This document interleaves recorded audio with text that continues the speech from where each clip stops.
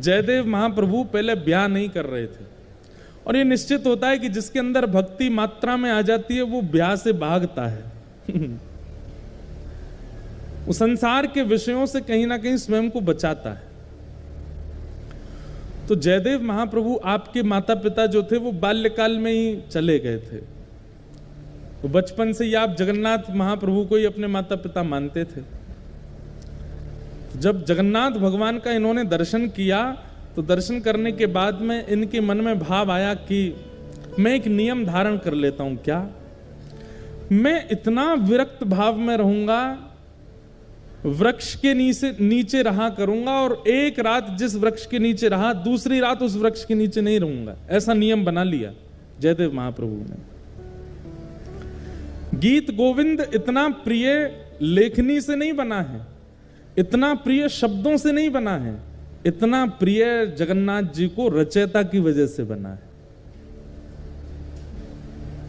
शब्द तो संस्कृत के हैं, मैं भी लिख सकता हूं, आप भी लिख सकते हो। कई बार सब्जी अच्छी नहीं बनी है, लेकिन किसने बनाई है? पत्नी ने बनाई है, तो अच्छी बतानी पड़ती है।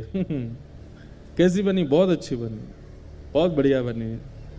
अरे चलो, पत्नी तो रोज बनाती है, पति ने बनाई है। हाँ, पति कभी कभी भोजन रसोई घर में घुस जाता है तो गैस चूल्हा सब घबरा जाते हैं, बोले आज हमारी शामत है, आ गया, अब बनाएगा कुछ। तो जब पति रसोई घर में जाता उस दिन सबसे ज्यादा खुश होती है पत्नी, और बच्चे तो कूदते रहते, आज पिताजी बनाएंगे कुछ। तो पतिदेव कैसा भी भोजन बनावे, पत्नी जब पाती है तो क्या कहती? बहुत अच्छा बना, बहुत अच्छा, सब कुछ। पत्नी को पता चल जाता है इसमें नमक कम है, नींबू भी कम है, थोड़ी सी मिर्च ज्यादा हो गई है। बच्चों को कहती है नहीं नहीं, इसका पेट भरा, इसको मैं दोबारा खिलाऊंगी। वो फिर बाद में सही करके बच्चों को खिलाती है, लेकिन पति से क्या बोलती है? बहुत अच्छा बना है। मतलब सामग्री से कई बार प्रेम नहीं होता है, सामग्री बनाने वाले से प्रेम होता है।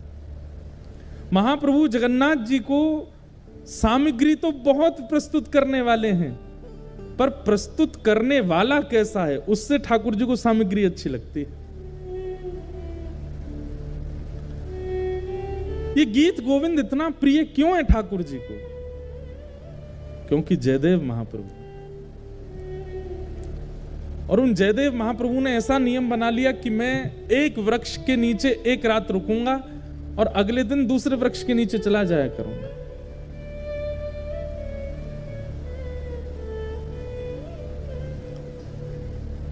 महाप्रभु जगन्नाथ जी को बड़ी चिंता रहती है जयदेव जी की। उनको लगा कि बताओ, मेरा इतना प्रिय जयदेव, उसकी रचना मुझे इतनी प्रिय कि ठाकुर जी आज भी गीत गोविंद ओढ़ के सोते हैं, हृदय से लगा के सोते हैं। अरे भाई, कोई प्रेम का निर्वहन 10 साल कर ले, 20 साल कर ले, 50 साल कर ले, 60 साल कर ले। श्री जगन्नाथ महाप्रभु 1000 साल से अपने प्रेम का निर्वहन कर रहे हैं। एक भी रात पिछले 1000 सालों में ऐसी नहीं गई है जिसमें महाप्रभु जगन्नाथ जी गीत गोविंद को लपेट करके ना सोए। हर रात गीत गोविंद को अपने हृदय से लगा के सोते हैं।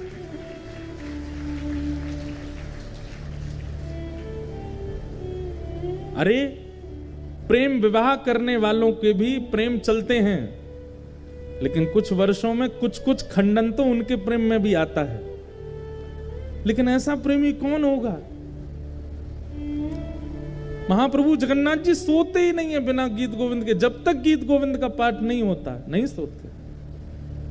और केवल जगन्नाथ जी नहीं, बद्रीनाथ चले जाओ, वहां पर भी गीत गोविंद का पाठ होता है, द्वारिका में भी गीत गोविंद का पाठ होता है। गीत गोविंद रात में सुनेंगे तभी ठाकुर जी को नींद आती है, तभी सोते हैं।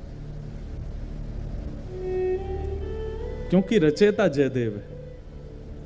और वो जयदेव हैं कैसे? उन्होंने नियम ले लिया कि मैं एक वृक्ष के नीचे एक रात रहूंगा, अगले दिन दूसरे वृक्ष के नीचे सोते थे। इतना संग्रह भी नहीं किया कि कहीं मैं एक वृक्ष के नीचे 4 दिन रहा तो ऐसा ना हो जाए कि ये वृक्ष और ये स्थान मेरा है। लेकिन महाप्रभु जी को चिंता होती है जयदेव महाप्रभु की। मेरा जयदेव एक वृक्ष के नीचे सोता है। इतनी बड़ी रचना गीत गोविंद करने वाला एक वृक्ष के नीचे सोता है।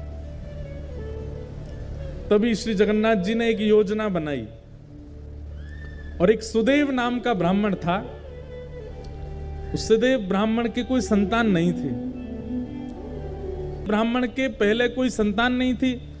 तो सुदेव ब्राह्मण ने जगन्नाथ महाप्रभु से कहा कि भगवान एक संतान का सुख मुझे दीजिए, मैं वचन देता हूं उसकी बाल्यावस्था पूरी हो जाने के बाद जैसे ही वो बालक कुमार अवस्था का होगा मैं आपके चरणों में निवेदित कर दूंगा, वो बालक आपका हो जाएगा। फिर ये मेरा वचन है आपको। तो जैसे ही भगवान ने देखा कि भाई ये जयदेव महाप्रभु एक ही वृक्ष के नीचे रहते हैं, तभी ठाकुर जी ने विचार किया कि हम कैसे इनके इस वृक्ष के नीचे रहने वाले सिस्टम को दूर करवाएं।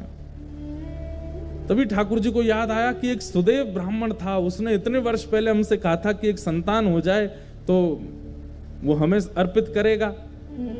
और ठाकुर जी की कृपा से उस सुदेव ब्राह्मण के यहाँ एक पुत्री ने जन्म लिया। महाप्रभु जी ने विचार किया कि उसकी पुत्री अब विवाह के योग्य हो गई है।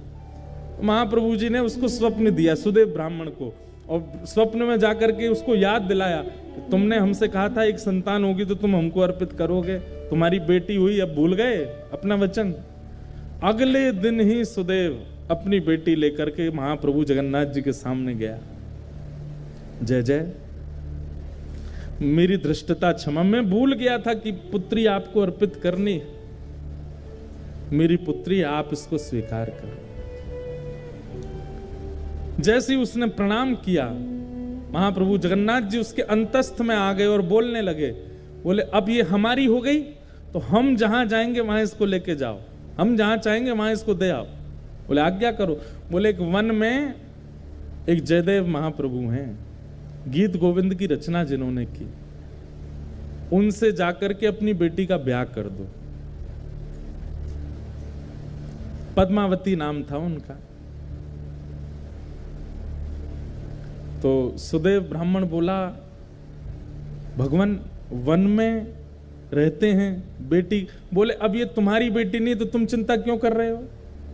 तुम्हारी बेटी होती तुम चिंता करते ना कि जमाई हमारा कैसा, घर है कि नहीं है, परिवार है कि नहीं, संपत्ति। अब तो ये हमारी हो गई, तो अब इसके पिता हम हैं, हम इसके लिए योग्य वर ढूंढ चुके हैं, उससे जाके ब्याह करो इसका। और जो आज्ञा भगवान, बिल्कुल संशय नहीं है मेरे चित्त में, मैं ब्याह कर दूंगा। और जाते जाते जगन्नाथ महाप्रभु, सुनो, तुम अपनी बेटी लेकर के संबंध कराने आयो, ऐसा बिल्कुल मत बोलना। ये कहना महाप्रभु जगन्नाथ जी ने भेजा है और उन्होंने ही आज्ञा की है कि आपको इनसे ब्याह करना पड़ेगा। ठाकुर जी को कितनी चिंता हो रही है कि जयदेव जी का घर बन जाए, जयदेव जी की झोंपड़ी हो जाए। सुदेव ब्राह्मण अपनी पुत्री पद्मावती को लेकर के पहुंचे। श्री जयदेव महाप्रभु एक वृक्ष के नीचे बैठे थे तो प्रणाम किया। जयदेव महाप्रभु, कहिए भगवान कैसे आना हुआ? बोले भगवान आप सुयोग्य हैं और मेरी बेटी आपके बिल्कुल योग्य है, मैं अपनी पुत्री का आपसे विवाह करने के लिए आया हूं। और ये मैं अपनी पुत्री का विवाह करने इस भाव से नहीं आया कि मैं इनका पिता हूं। महाप्रभु जगन्नाथ जी ने मुझे स्वप्न देकर के आज्ञा दी है कि आप इनको स्वीकार करो। जयदेव महाप्रभु उठ खड़े हुए, हंस करके बोले जगन्नाथ प्रभु तो बोलेंगे ही, खुद ने तो 16,108 किए हैं, उनको क्या कमी है? वो तो 10-5 हजार और कर लें तो भी उनको कोई दिक्कत नहीं, वो तो कर्तुम अन्यथा कर्तुम समर्थ परमेश्वर हैं, वो संभाल भी सकते हैं। पर मैं कैसे संभालूंगा इनको? मैं तो एक वृक्ष के नीचे एक रात रहता हूं, फिर दूसरे वृक्ष के नीचे दूसरी रात गुजारता हूं, तीसरे मेरा कोई ठिकाना नहीं है। और भाई इनको रखने के लिए तो बहुत व्यवस्थाएं करनी पड़ जाएंगी, मेरे भजन में बाधा हो जाएगी, मेरे चित्त में इतना भाव प्रेम नहीं उमड़ पाएगा फिर ठाकुर जी के प्रति। क्षमा करें महाप्रभु, भले ही जगन्नाथ जी ने इनको भेजा। अब देखो ये अधिकार प्रेमी व्यक्ति को प्राप्त होता है। हम आप होते तो घबरा जाते, ओहो जगन्नाथ जी ने कहा है फिर तो मानना पड़ेगा, फिर तो करना पड़ेगा, फिर तो स्वीकार होना ही चाहिए। लेकिन जयदेव महाप्रभु इतने जानते हैं ठाकुर जी को, इतना प्रेम है उनका, बोले महाप्रभु जी से कहो कहीं और व्यवस्था देखें इनके लिए, बाकी सारी आज्ञा उनकी स्वीकार है पर ये स्वीकार नहीं है, हम बयान नहीं कर पाएंगे।